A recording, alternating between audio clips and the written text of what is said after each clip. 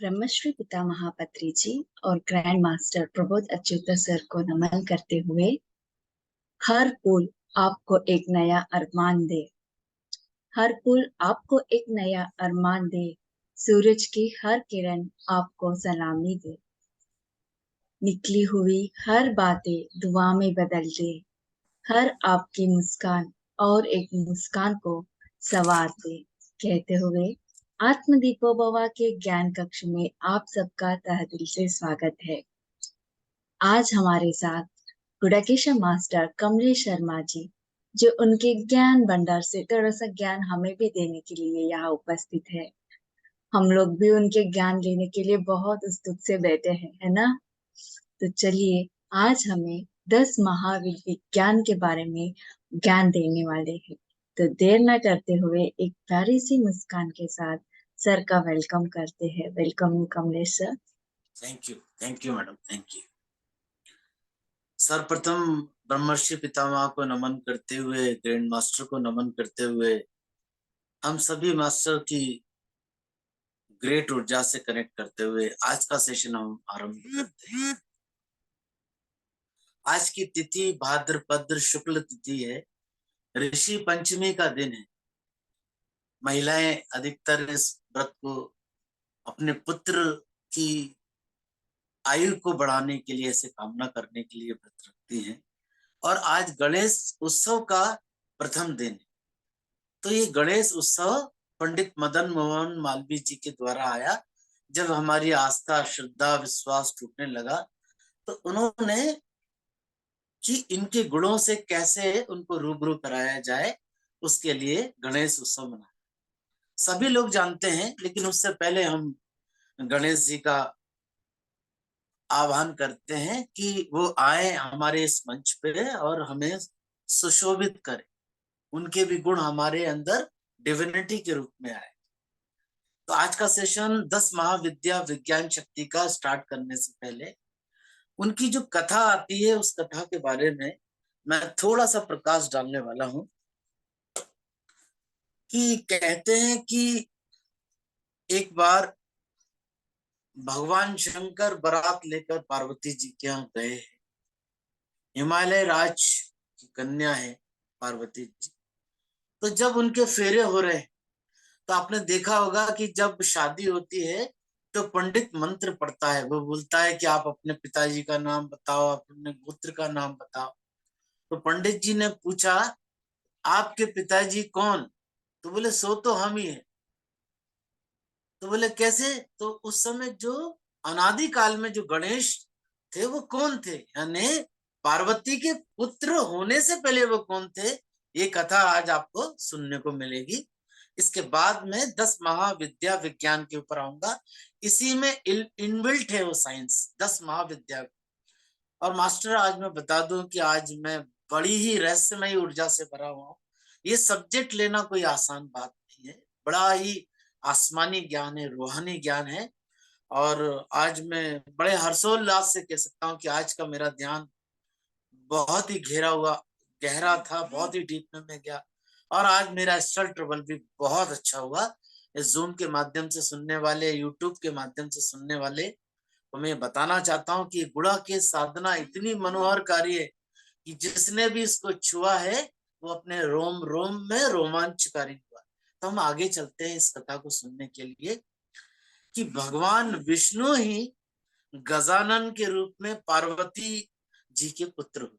शायद आपने सुना हो या नहीं सुना हो कि भगवान विष्णु यानी जो अनादि है, जो नित्य अनस्वर है, उसी ने क्या किया, पार्वती जी के गर्भ में रहकर और इस सृष्टि में पालन करने के लिए वो प्रकट हुए।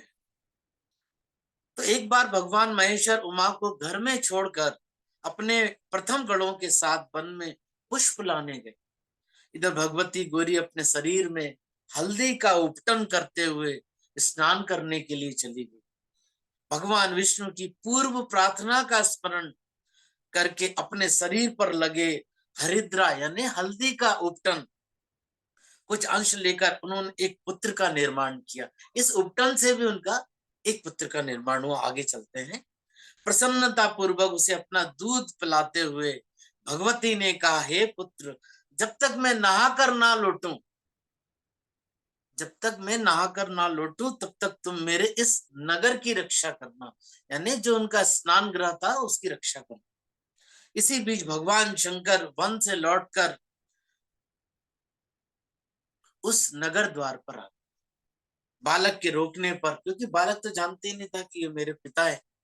भगवान शंकर तो हिमालय पर समाधि अवस्था में रहते। तो बालक के रोकने पर शूल पाणी भगवान, शूल जो शूल से सुशोभित है, तो रोकने पर वो नाराज हो गए और उन्होंने उस त्रिशूल से उस बालक का जो मस्तिष्क से वो छिन्न कर दिया, काट दिया।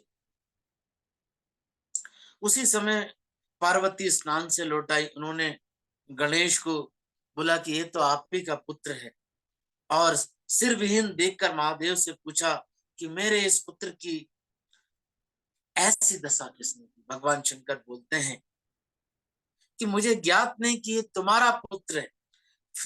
तो पार्वती उनको पूरा वृतांत सुनाती है।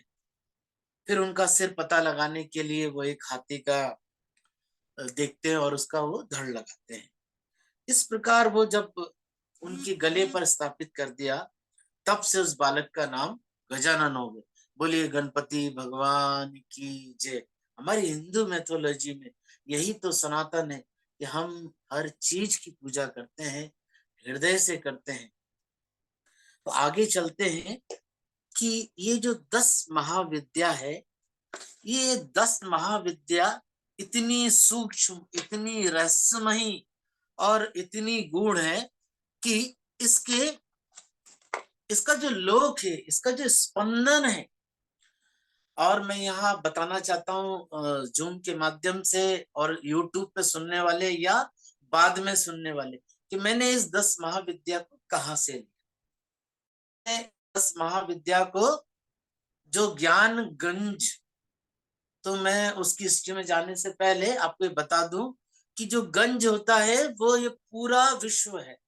एक आप ऐसा समझ सकते हैं कि जिसमें हम दूध लेते हैं ना, उसको गंज कहते हैं, छोटी चीज को गंजी कहते हैं, और बड़े से किसी उसको गंज कहते हैं। उसके अंदर जो विजडम समा जाए उसे ज्ञान गंज कहते हैं। उस ज्ञान गंज में डुबकी लगाने वाले स्वामी विशुद्धानंद जी द्वारा लिखी इस 10 महाविद्या के बारे में मैं बताने वाला हूँ। और आचार्य श्री राम शर्मा जी ने इस पर प्रकाश डाला अपने गायत्री महाविज्ञान में। तो इस प्रकार से मैंने सब्जेक्ट को लिया। तो मैं आपको बता रहा हूँ कि ऐसे ऐसे ग्रेट मास्टर, और आगे जिसने इसके बारे में बताया, मातंग ऋषि की कन्या ही ये महालक्ष्मी कहलाई, महादेवी कहलाई। मार्कंडेय ऋषि ने इसका वर्णन किया है। सभी लोग जानते हैं कि मार्कंडेय ऋषि कौन है। तो मास्टर मैं आगे चलता हूं कि इस भगवती के दिव्य लोक का वर्णन क्या है। इस भगवती के दिव्य लोक का जो स्वरूप है ना, स्पंदन है। जैसे प्रथम सत्र में हमने सुना, इस मानव शरीर में ये महा ऊर्जा का जागरण ही वो बीच का स्पंदन है। वो निर्गुण है, उसका कोई आकार नहीं है। इस पूरे यूनिवर्स में से उसकी इच्छा, जैसे मेरी इच्छा है तो मैं ये सब्जेक्ट ले रहा हूं, कल कोई और मास्टर कोई सब्जेक्ट लेने वाला, इसी प्रकार उस दिव्य लोक में उस भगवती यानी उस निराकार की इच्छा हुई साकार रूप लेने का।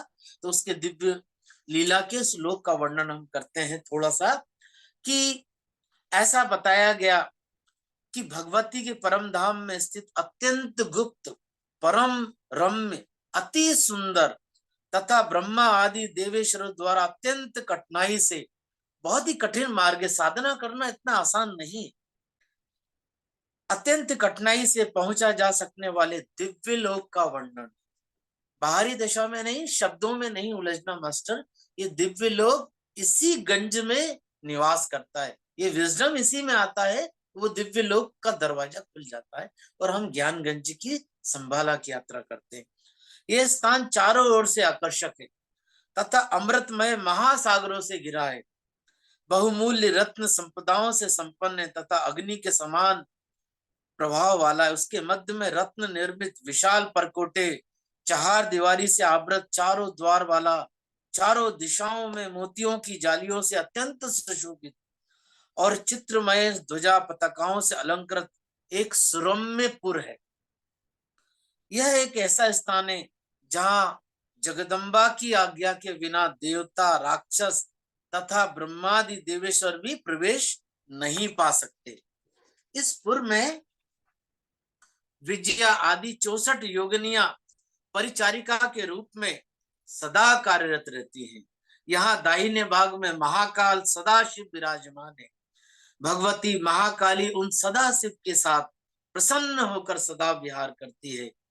तो आपने इस देवी के महालोक का वर्णन समुचित रूप में, ये दिव्य लोक कहाँ है? इसी शरीर में ये दिव्य लोक है। उसकी चाबी किसके पास में? ग्रैंड मास्टर के पास में। ये ग्रैंड मास्टर कौन है? जो लूसिड ड्रीम के देवता यानी हमारे प्रभु सर।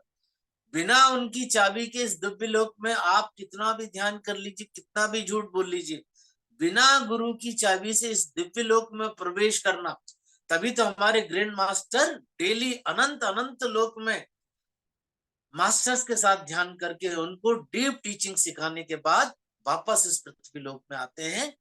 ये एक बहुत बड़ा साइंस है देवी का भी, यानी वो स्पंदन है, वो स्पंदन है, वो आवाह है, वो सूक्ष्म रूप है, ये रहस्यमयी विद्या है। ये पूरा ये जो दशरथ है ना, इसकी जो 10 इंद्रियां हैं, इस इंद्रियों पर विजय पाना ही 10 महाविद्या कहा गया।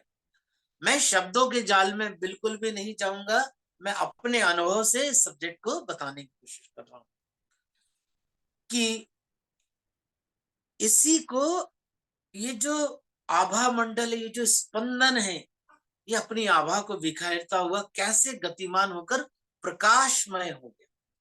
जब हम किसी भी साधना पर चलते हैं तो क्या करते हैं? हमारी गति है मध्यम, तीव्र और फास्ट, यानी हम इस आभा मंडल को भी जैसे जैसे जैसे जैसे ये बड़ा होता गया, वैसे वैसे ये प्रकाशमान, इसी को आगे चलकर ललिता का नाम दिया गया, ललिता। और ये बढ़ते बढ़ते पूर्ण आकार में आती है, तो इसे श्री विद्या कहते हैं।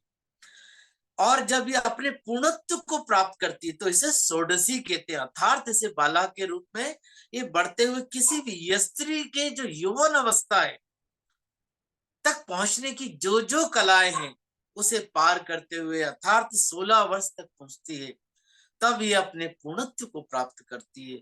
यही ललिता त्रिपुर सुंदरी का सार, यही 10 महाविद्या का सार है। यहीं से जो हमें ब्रह्मांड जो सृष्टि दिखाई दे रही है, उसका स्टार्टिंग आरंभ है। ये सेंटर, ये न्यूट्रॉन है, इसको पकड़ के रखना है। यहीं पर ललिता के जो भैरव है, उसका नाम है कामेश्वर। हम इसे भौतिक रूप में नहीं जानेंगे, ये ईश्वरी लीला है, ये उसकी इच्छा है।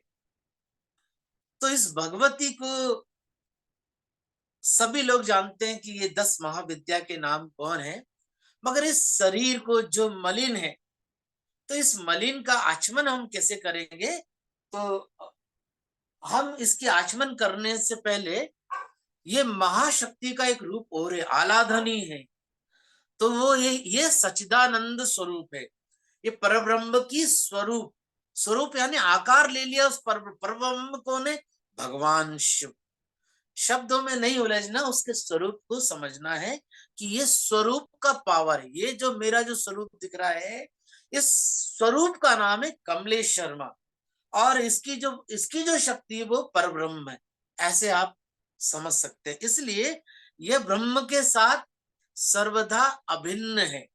इस अभिन्नता के कारण ही स्वरूप शक्ति के संबंध से ब्रह्मानंद ब्रह्म तत्व पूर्ण ब्रह्म रूपेण प्रकाशमान होते। जिस ब्रह्मानंद, उस हाईएस्ट लेवल की बात हमारे ग्रैंड मास्टर इस दिव्य लीला वर्णन में आलाधनी माता के रूप में भी ये बताया गया। ये क्या है? ये चित्त और आनंद, इस महाशक्ति का अंतर स्वरूप है। जब हम इस साधना को करते हैं, गुणा के साधना को, तो ये क्या है? ये जो आनंद है, ये आंतरिक है, अंत स्वरूप है। और इस ज्ञान तथा क्रिया के गर्भ में, अंदर जो न्यूट्रॉन में जो धारण करती है, ये उसकी इच्छा है। और इस बहिरंग का जो स्वरूप है, उसका नाम, शरीर का नाम कमलेश्वर। इस इच्छा का नाम महा इच्छा है, जिससे अनंत विश्व का स्मरण होता है। अनेक आत्मा, यानी सागर की लहर से अगर एक बूंद बाहर जाती है, तो इसका मतलब ये नहीं है कि वो परम आत्मा नहीं, परमात्मा नहीं, वो आत्मा ही, वो बिंदु ही सागर कहलाता है। इच्छा की पृष्ठभूमि में सृष्टि का स्मरण नहीं हो सकता, यानी इच्छा है उसकी, इसलिए उस भूमि का नाम है विषयातीत, यानी विषयों से वो दूर है, ऐसी सत्या है। तो ये जब ज्ञान आता है तो ये विषयातीत सत्ता है, और अविद्या है तो वो ब्रह्म है, माया, जिसके बारे में हम आगे मास्टर से सुनेंगे। विषयातीत में चिद और आनंद पर्यंत कला का स्मरण है, स्पंदन है, उससे अतीत अवस्था में वह स्मृत नहीं होती। उसका नाम अनंत निष्कल परम सत्ता, इसलिए उसको ईश्वरमयी तथा माधुर्यमयी। तो मास्टर, मैंने कहा कि इस 10 महाविद्या को लेने से पहले मैं बहुत डीप साधना में गया। मैंने इसके लिए कोई ज्यादा तैयारी नहीं करी। मुझे सूक्ष्म से सूक्ष्म लोगों पर ही जो स्पंदन मिला, यानी उसकी इच्छा से शरीर में जो जो थॉट्स आया, उसी को लेकर मैंने ये मुश्किल से एक या 1.5 घंटे में मैंने ये सब्जेक्ट अपना तैयार किया, क्योंकि ये बताने में मुझे कोई अतिशक्ति नहीं।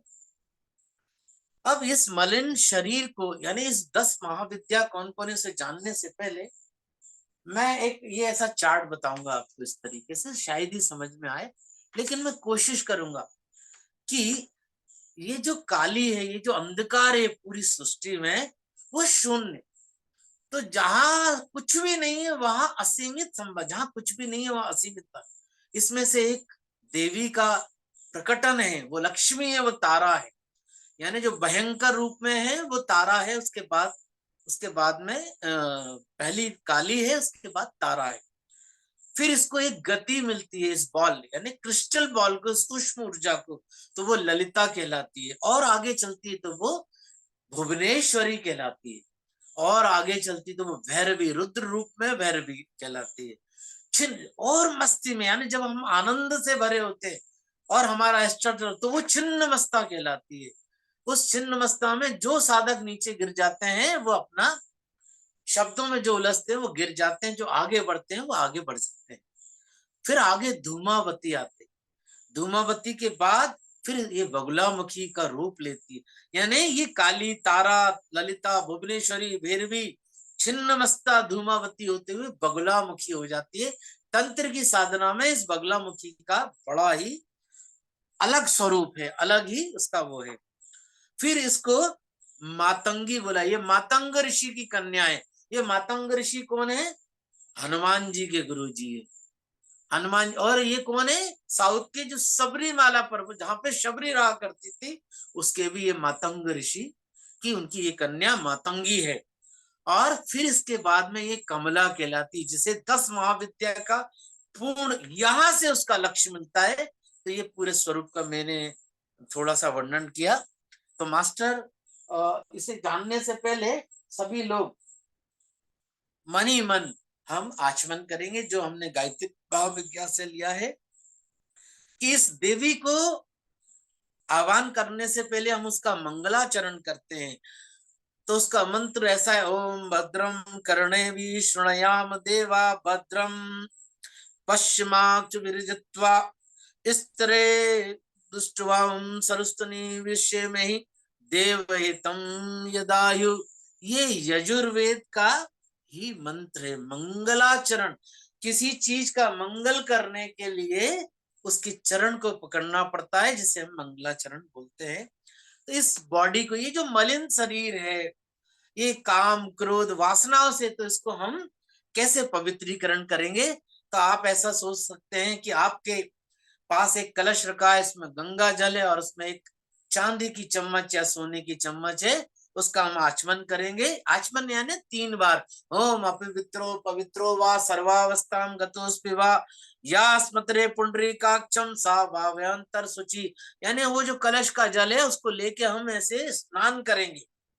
उसके बाद हम आचमन करेंगे। मैं गलती से पहले बोल गया, ओम पुनातु पुंडरीकाक्ष पुनातु, पुनातु पुंडरीकाक्ष पुनातु। ये हमारे पूरे शरीर का गंगा जल से स्नान होगा। इसके बाद हम 3 बार आचमन करेंगे, यानी हम उस जल को पी, ओम अमृतोपस्त्रमसि स्वाहा 1 बार आचमन करेंगे। ओम अमृता प्रदान, यानी अमृत के समान ओम अमृता प्रधानमसी स्वाहा, यानी हम इस मुख के द्वारा हम शुद्ध वचन ही बोलेंगे, इसमें कोई भी ऐसा दुर्गुण नहीं डालेंगे, इसलिए हम ये पवित्रीकरण कर रहे हैं। ओम सत्यम, सत्य ही बोले, ओम सत्यम ऐसा श्रीमयी श्री श्रेयंताम स्वाहा। तो हमने ये 3 बार आचमन किया। फिर हम अपने ये शिखा बंदी, ये शिखा जो है इस ब्रह्मांड से कनेक्टेड है। हम जब अंदर सूक्ष्म रूप से अंतर जाते हैं, हमारी कनेक्टिविटी पूरी सृष्टि से हो जाती है। तो आप उस गंगा जल को बाएं हाथ में लेके 5 उंगलियों को ऐसे डुबोएंगे और उसको यहाँ रखेंगे मानसिक रूप से कि ओम चिद रूपणी महामाए दिव्य तेज से, जिसका दिव्य तेज है, दिव्य तेज समन्विते तिष्ठ देवी शिखा मध्य, शिखा में विराजमान है। इसलिए ब्राह्मण लोग यहाँ चोटी रखते हैं। तेजो वृद्धिम कर, हमारे अंदर वो तेज समा जाए। कहां से? सृष्टि के कण कण में से, उस तेजो से। इसके बाद हम प्राण का आयाम करेंगे, यानी प्राणायाम करेंगे। मैं इस साइंस को बताने की कोशिश कर रहा हूं। तो ये जितने भी लोगों की बात करी, ओम भू ओम भुवा ओम स्वाहा ओम महा ओम जना ओम तपा ओम सत्यम ओम तपा ओम तत्सवितुर्वरेण्यम भर्गो देवस्य धीमहि धियो यो नः प्रचोदयात् ओम आपो ज्योतिर्सोमृतम ब्रह्म भूर्भुवस्व, यानी ज्योति जैसे ही प्रकट हो जाती है, आप ब्रह्म का स्वर ब्रह्ममय हो जाते हो। उसके बाद हम न्यास करते हैं, यानी हमारे अंग अंग को हम पवित्र करते हैं।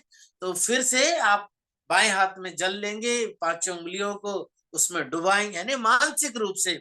ओम भांग में आयुष्मस्तु, यानी ये दोनों मुख को हम ऐसे स्पर्श करेंगे। ओम नासिर में प्राण, नासिका के दोनों चित्रों को। ओम अक्षर में, यानी दोनों नेत्रों को लगाएंगे। ओम कर्ण में श्रोतमस्तु, दोनों कानों को लगाएंगे। ओम भांग में बलमस्तु, दोनों भुजाओं को लगाएंगे। ओम उर्वो में ओजस्तु, दोनों जंघाओं को लगाएंगे। ओम अनुष्ठामी तनुष्टुमा में संतु, पूरे शरीर पर इसका जो अमृत जल है, गंगा जल, वो हम छिड़केंगे। फिर इसके बाद जिस पृथ्वी पर हम ये बैठकर साधना कर रहे हैं, उसकी इच्छा के अनुसार कर रहे हैं, तो इस पृथ्वी की हम पूजा करेंगे। नए नए मानसिक रूप से जितने भी आप पुष्प ला सकते हैं। ओम पृथ्वी त्वया घृता लोका देवी तुम विष्णु घृता तुम च धार्यामा देवी पवित्रम कुरुचा, यानी हमारा आसन हमने पवित्र कर लिया।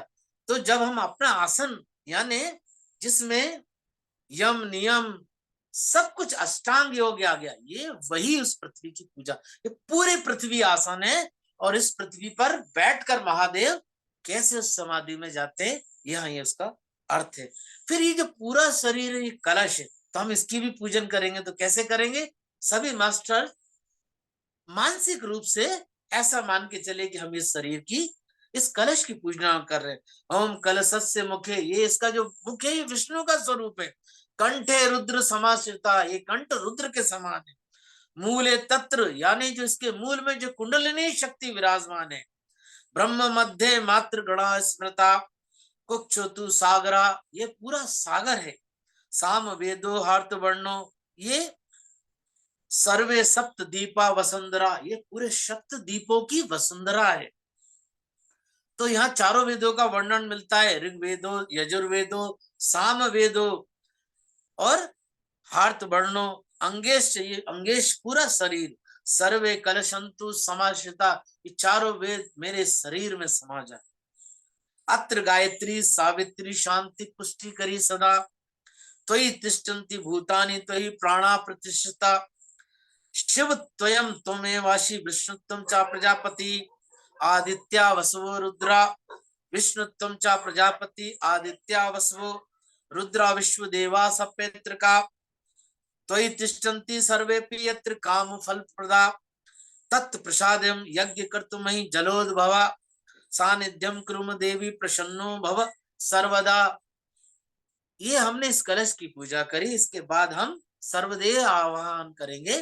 फिर मैं इस देवी के स्वरूप का वर्णन बहुत ही संक्षिप्त रूप में करने वाला हूं। तो जब हम पूरे शरीर को उस देवताओं के उस ज्ञान के भंडार से भर लेते हैं, तब हम उस गुणा के साधना में और अति उत्तम गुम से गुम यात्रा करते हैं, चल ट्रेवल करते हैं। ओम सिद्धि बुद्धि सहिताय श्री मन्मा गणाधिपते नमः। उनके सारे गुण मेरे अंदर आ जाए, इसलिए हम उनको भी यहाँ आह्वान करते हैं। ओम लक्ष्मी नारायण व्यो नमः, ओम उमा महेश्वराभ्यो नमः, ओम वाणी हिरण्यगर्भाभ्यो नमः, ओम सची प्रंद्राभ्यो नमः, ओम मातृ पितृ चरण कमलोभ्यो नमः, ओम कुल देवताभ्यो नमः, ओम इष्ट देवताभ्यो नमः, ओम ग्राम देवताभ्यो नमः। अपने अपने कुल देवता, माता पिता और इष्ट देवता को सभी का आह्वान करना। ओम स्थान देवता, जहां हम रहते हैं वहां अपना स्थान रहता है। ओम सर्वेभ्यो, सभी देवता का हम आह्वान कर रहे हैं। ओम सर्वेभ्यो ब्राह्मण, सभी ब्राह्मण। ब्राह्मण कौन? जो इस द्विज को जानता है, जो इस ज्ञान को जानता है। ओम सर्वे तीर्थभ्यो नमः, सारे तीर्थ सृष्टि के। ओम एत कर्म प्रधान श्री गायत्री देवी नमः। ओम पुण्य पुण्याम दीर्घमायस्तु। इसके बाद हम षोडश पूजन करते हैं, उसके बाद उसका स्वस्ति वाचन करते हैं। फिर हम उसका जो हमारे अंदर अग्नि है उसकी स्थापना करते हैं, यानी जो न्यूट्रॉन है, ये इसका विधान है। उसकी अति में ना जाते हुए तो मैं तंत्र की देवी जो दुर्गा सप्तशती है, तो आपको उसका फल कैसे मिलेगा? तो सभी लोग अपनी अपनी आंखें बंद कर लेंगे और मैं इस मंत्र को पढ़ूंगा। देवी के बारे में सभी लोग जानते हैं कि 10 महाविद्या कौन है, लेकिन दुर्गा सप्तशती में एक सिद्ध कुंजिका स्रोत है। अगर आप इसको 2 मिनट पढ़ लो तो हमारी बॉडी में वो सारा पवित्र वर्जन आ जाता है। तो हम उसको पढ़ेंगे, सभी लोग मानसिक रूप से अपनी आंखें बंद करेंगे और मैं इस का संस्कृत में उच्चारण कर रहा हूं, उसको मानसिक रूप से आप करो। शृण देवी प्रवक्ष्यामि कुंजिका श्रोतमुत्तमम। पूरी दुर्गा सप्तशती से जो लाभ नहीं मिलता वो इस सिद्ध कुंजिका श्रोत से मिलता है। ये तंत्र में सांभवी तंत्र के अंतर्गत आता है, पूर्ण रूप से सात्विक है। यहाँ किसी भी प्रकार की कोई अघोर साधना नहीं बताई गई है, सांभवी बताई, सात्विक बताई, भगवान शंकर के मुख से जो निकली वो बताई। शृण देवी प्रवक्ष्यामि कुंजिका श्रोतमुत्तमम। येन मंत्र प्रभावेण चंडी जाप शुभो भवेत्। न कवचम नार्गला श्रोतम कीलकम न रहस्यकम न सूक्तम नापि ध्यानम च न न्यासो न च वाचनम। कुंजिका पाठ मात्रेण दुर्गा पाठ फलम लभेत। यानी इसका पाठ मात्र करने से इसके फल का, इस 10 महाविद्या के स्वरूप का आपको लाभ मिल जाता है। अति गुम्बितरम देवी देवा नामापि दुर्लभम। ये जो दुर्लभ शक्तियां सब आ जाती हैं। गोपनीयम प्रयत्नेन स्वयं पार्वती मारणम मोहनम वश्यम स्तंभनो चट्टान दिगम। यानी मारन, मोहन और किसी का वशीकरण, यानी ये तीनों चीज हमारे शरीर के विकारों का मारण, मोहन, उच्चाटन करना है। पाठ मात्रेण संसिद्धेति कुंजिका श्रोतमुत्तमम। इसका बीज मंत्र ओम ऐं ह्रीं क्लीं चामुंडाय विच्चे। ओम ग्लूम हूं सु जुम सा ज्वाले ज्वाले ज्वल ज्वल प्रज्वल प्रज्वल। ऐं ह्रीं क्लीं चामुंडाय विच्चे ज्वलम समलम च फट स्वाहा। यानी वो न्यूट्रॉन अपनी इच्छा से प्रकट हो गया। नमस्ते रुद्र रूपणी, नमस्ते मधुरमर्दनी, नमः केटभयहारिणी, नमस्ते महिषादनी, नमस्ते शत्रु शुंभहंत्रे च निशुंभ सुरघातनी। जागृतम ही महादेवी जपम सिद्धम कुरुष्व में। ऐंकारी सृष्टि रूपाय ऋंकारी प्रतिपालिका क्लींकारी काम रूपेण बीज रूपे नमोस्तुते। चामुंडा चंडघाती च एकारी वरदायिनी विच्चे चा वेदा नित्यम। नमस्ते मंत्र रूपणी धाम धीम धूम दूरचटे पत्नी वाम भीम भूम भागदीश्वरी। क्राम क्रीम तुम कालिका देवी शाम शीम शुम मे शुभम करुम। हम हम ओंकार रूपणे झम झम झम जम्बनादनी। भ्राम भ्रीम भ्रूम भैरवी भद्रे भवानी ते नमो नमः। हम कम चम चम तम पम यम सम भीम धूम एम वी हम चम। दिजाग्रम त्रोटे त्रोटे दीप्तम कुरु कुरु स्वाहा। पाम पीम पुम पूर्णाम गाम कीम कुम केचरी तथा साम सीम शुम सप्तशती देव्या मंत्र सिद्धम कुरुष्व में। इदम तु कुंजिका श्रोतम। मंत्र जागृत, यहां से आपकी जागृति स्टार्ट हो जाती है। इदम तु कुंजिका श्रोतम, मंत्र जागृत है तुम्हें। अभक्त नेवदातव्यम गोपितम रक्ष पार्वती। यस्त कुंजिकया देवी हीनाम सप्तशती पटेत। न तस्य जायते श्री सिद्धिरण्य रोदनमेता। तीसरी रुद्रा, ये रुद्र रुद्रमाला से प्रकट हुआ गौरी का तंत्र है। शिव पार्वती, यानी शिव पार्वती से संवाद कर रहे। कुंजिका श्रोतम संपूर्णम। ओम तत्सत। तो ये मैंने आपको इसके बिना इस 10 महाविद्या का वर्णन करना वैसे ही है जैसे कि आप जब तक शर्मा जी का इंट्रोडक्शन नहीं दिया दो कि भाई वो ज्ञान के भंडार हैं और पता नहीं क्या क्या है, तो हमारी देवी भी वैसी है, हमारे देवता भी, जब तक आप उनकी प्रशंसा नहीं करोगे तब तक उनका वर्णन करना भी निषेध माना गया। पहले उनकी तारीफ करना पड़ेगी, तब वो इस सृष्टि में अपनी इच्छा रूप लेके प्रकट हो जाती है और ये शरीर धारण होता है। तो मास्टर हम चलते हैं अब इसके साइंस को जानने के लिए। तो ये बड़ा ही स्पंदन है और बड़ा ही गूढ़ है सभी। तो ये काम कैसे करती है? तो जो सृजन का, जो सृष्टि का कार्य है, तो इसका विज्ञान जो साइंस है वो इस आभा मंडल में, सृष्टि में, इस गैलेक्सी में भयंकर रूप से प्रकट हो, क्योंकि उत्पत्ति का जो बीज है, जो उसका जो मूल कारण है, जिसका जो आधार है, जो जगदम्बा जगत धात्री के नाम से जाना, या यूं कहे कि एक ऐसी अद्भुत शक्ति का स्वरूप सामने निकल कर आया जिसके 2 स्वरूप माने गए, एक महाशक्ति विद्या और अविद्या। शास्त्र पुराण से विद्या के रूप में जानते हैं और इसे ही परम पुरुष एवं अविद्या के रूप में प्राणियों के मुंह के रूप में जाना गया। प्राणियों का मुंह है ना, मैं, मुझे, मेरा, तेरा, मेरा, ये सारा संसार, ये अविद्या कहलाती है। मार्कंड पुराण में देवी के लिए विद्या और महाविद्या, ये दोनों शब्दों का प्रयोग हुआ है।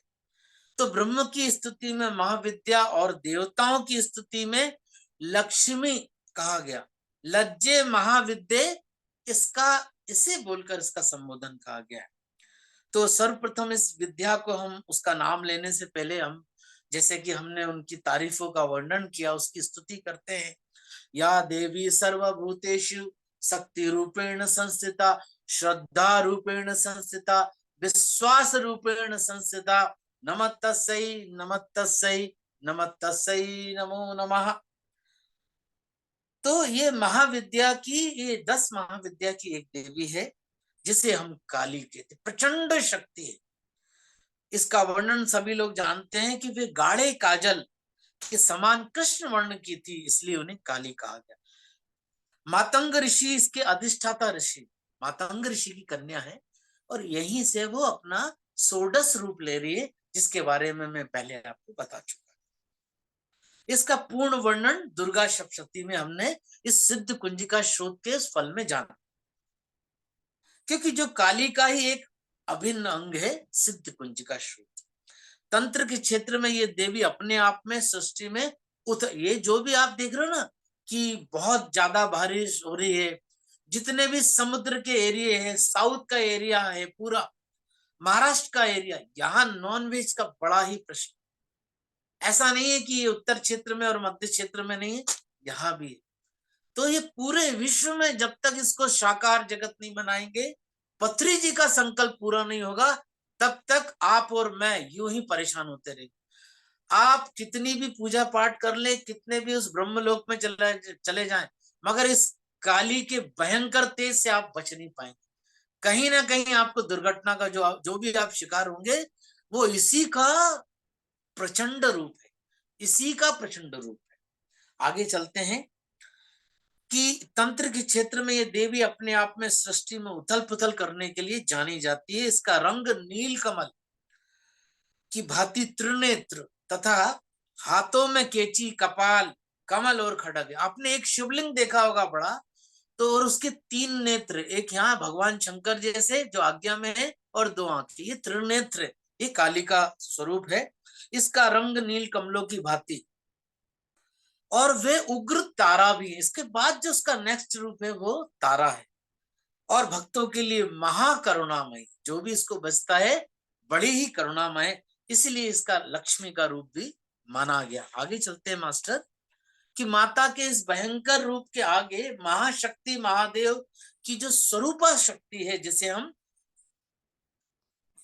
हम त्रिपुर सुंदरी के नाम से हम जानते हैं।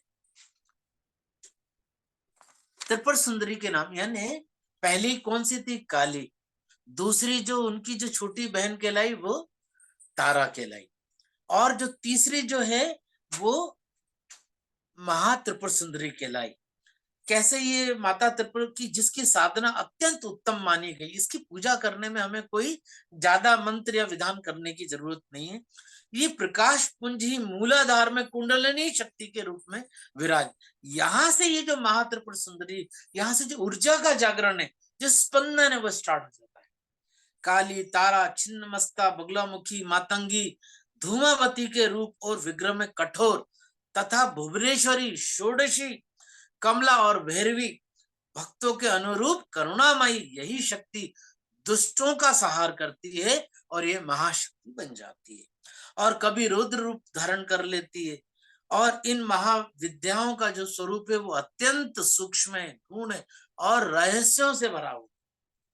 आगे हम चलते हैं कि जो भुवनेश्वरी है उसका जो ह्रीम मंत्र है, अभी हमने दुर्गा सप्तशती में सिद्ध कुंजिका श्रोत में पढ़ा था, ये स्वरूपा शक्ति भुवनेश्वरी है। सृष्टि क्रम में ये महालक्ष्मी का स्वरूप है, सृष्टि के क्रम में नारायण की जो पत्नी है उसको ये लक्ष्मी स्वरूप भी बोला गया। ये आदि शक्ति है और शिव के समस्त लीला क्रम में उसका एक स्वरूप लीला और विलास भी करती है। आगे चलते हैं, त्रिपुर भैरवी महाशक्ति त्रिपुरा त्रिपुरी महादेव की एक ये स्वरूपा शक्ति है। काली का पुराण के अनुसार शिव जी की भार्या त्रिपुरा श्री चक्र की प्रमना, यानी जो श्री यंत्र का जो श्री चक्र है उसकी नायिका है। और आगे चलते हैं कि जो छिन्नमस्ता यही काली और तारा का रूप है। कि एक बार ऐसी कथा आती है कि भगवती अपने सहचारियों के साथ में जया और विजया मंदाकिनी नदी में स्नान करने के लिए गई हैं। वहां पर माता को भूख लगी और उनके जो जया विजया जो उनकी सहचरी, उन्होंने कहा माता भूख लग रही है। जब काफी देर बाद भी तो माता मौन हो गई और उन्होंने फट से अपनी गर्दन काट के अपने हाथ में ले ली, तो उससे 3 रक्त की धारा निकली है। वो जो 3 रक्त की धारा है उसकी अधिष्ठाता ये छिन्नमस्ता के रूप में हुई है। तो ये जो 2 धारा हैं उनकी जो 2 सहचर्या हैं तो उनका नाम जया और विजया है।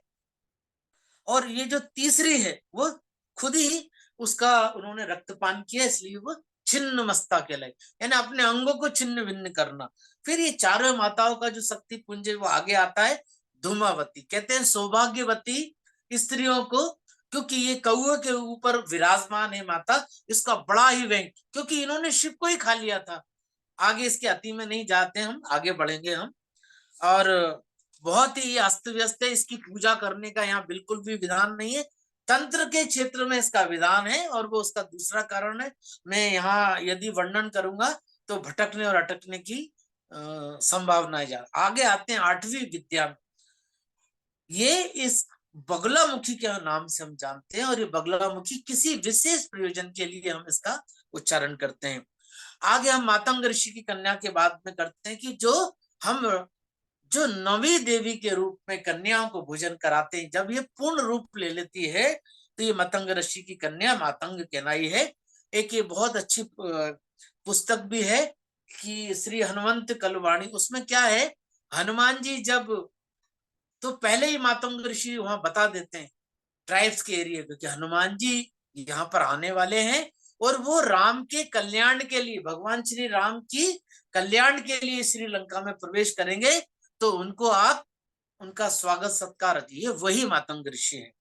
आगे हम वहां विष्णु की लीला है जो पूर्ण स्वरूप में, जिसे हम षोडशी कहते हैं, विलास कहते हैं, सहचरी कहते हैं, उसका नाम कमला है। बहुत ही सुंदर है। ये सहस्त्र दल में अपने पूरे 16 दल के रूप में हम उसको विराजमान हम कह सकते हैं। वास्तव में जगत की शक्ति और ये उपास की मानस साधना है, उपासना है।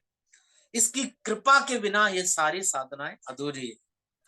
तो इसका 10 महाविद्या में इसका जो क्रम है वो 10वां है। इनका आसन कमल के फूल पर विराजमान है और ये सहस्त्र चक्र में विराजमान है। ये मैं आपको पहले ही बता चुका। तो आज आपने जाना इसके साइंस को, तो मास्टर ये सब मैंने अपने जीवन में अनेक अनेक स्थानों में रहकर इस ज्ञान को प्राप्त किया। मगर मैं मास्टर ये आपको ये बताना चाहूंगा कि आप आज गणेशों का दिन है तो शायद ये आपको म्यूजिक की आवाज सुनाई दी, लेकिन आप पूरा ध्यान मेरी ओर रखिए, मैं कोशिश करूंगा और तेज आवाज में आपको बोलने के लिए। तो मास्टर, ऐसा क्या किया जाए इस साइंस को जानने के लिए? आपको ज्यादा कहीं भटकने की जरूरत नहीं, इस पूरे शरीर को ही आप उस दिव्य गुणों से भर लो। इस दिव्य गुणों से भरने के लिए आप हमारी ऑफलाइन ऑनलाइन क्लासेस जो हैं गुणा के साधना, जो भी जूम के माध्यम से सुन रहे हैं या बाद में यूट्यूब पर सुनेंगे, तो हमारे नीचे डिस्क्रिप्शन में हिंदी में, कन्नड़ में, तेलुगु में, इंग्लिश में सभी गुड़ाकिस मास्टर के नाम दिए गए हैं। अभी हाल ही में विजयवाड़ा में एक वर्कशॉप होने वाली है, आप वहां ये ज्ञान प्राप्त कर सकते हैं। और ऑफलाइन 3-3 दिन की हमारी वर्कशॉप महाराष्ट्र और गुजरात में भी होने वाली है, तो इसका लाभ उठाएं। मैं अपने ऐसे ग्रैंड मास्टर के लिए जिसने मेरे जीवन में अनंत ऊर्जा भर दी, अनंत इसको शक्ति पुंज दिया, मैं उनको अनंत अनंत कोटि धन्यवाद देता हूं। और आप सभी को, आपने मुझे इतने प्यार से धैर्य से सुना, तो मैं ब्रह्मर्षि पितामह के चरणों में अनंत कोटि धन्यवाद देते हुए, ग्रैंड मास्टर को धन्यवाद देते हुए, मैं अपने सारे मास्टर को अपने हृदय के इस न्यूट्रॉन से ही आज आशीर्वाद तो नहीं दूंगा, आशीर्वाद देने वाले तो ये न्यूट्रॉन फट के सभी में हो जाओ। ओम ऐम ऐम क्लीम फट स्वाहा। मैं अपनी वाणी को विराम देता हूँ। प्यार भरा मेरे को सभी को नमस्कार। Thank you madam, thank thank you sir, बहुत बढ़िया सेशन था सुबह सुबह। Thank you sir. किसी का क्वेश्चन है या किसी को कुछ कहना है तो हैंड राइज कर सकते हैं।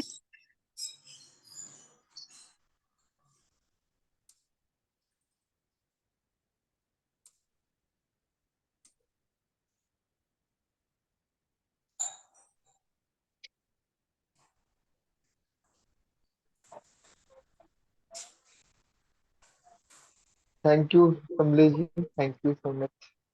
यू। बहुत सुंदर।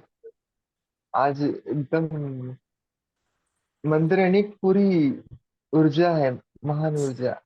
इतनी पॉजिटिव शक्ति है। आज सुबह सुबह ही, आज भी इतने सुंदर इतने सारे मंत्र आपने कहे, पूरा ऐसे रोम रोम में ऐसे महसूस हो रहा है ऊर्जा। ये इतना थैंक बड़ा महाविज्ञान, इसको समेटना अपने आप में बड़ा ही क्योंकि इस महाविज्ञान यानी मानव शरीर ही जो ऊर्जा का क्षेत्र है, तभी तो हम आगे जानेंगे। फिर हम चारों वेदों का ज्ञान क्या है, फिर आगे ये जो अविद्या है, ये जो माया है, ये जो ब्रह्म, ये हम सुनने वाले हैं। फिर मूलाधार से सहस्त्रार चक्र क्या साधना है, फिर इसके बाद ये श्री महाचक्र कैसे। तो ये अनेक अनेक इतने खूबसूरत मास्टर इस ऊर्जा को कैसे आगे लेके जा रहे, तो यही तो हमें सुनना है, इसी को श्रवण करना। Thank you Abhijeet. Thank you sir, बहुत सुंदर लगा सर। ये इतने यानी सारी 10 विद्या का पूरा यानी आज पूरा रोम रोम ऐसे एकदम बढ़िया हो गया। आज दिन भर ऊर्जा वो चलने वाली है। मुझे पूरा महसूस हो रहा है सर। बहुत थैंक बहुत यू सो मच, अच्छा। Thank you so much.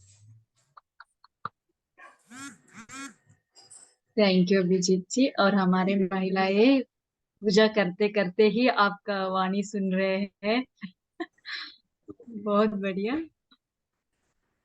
और कोई कुछ कहना चाहोगे मास्टर्स?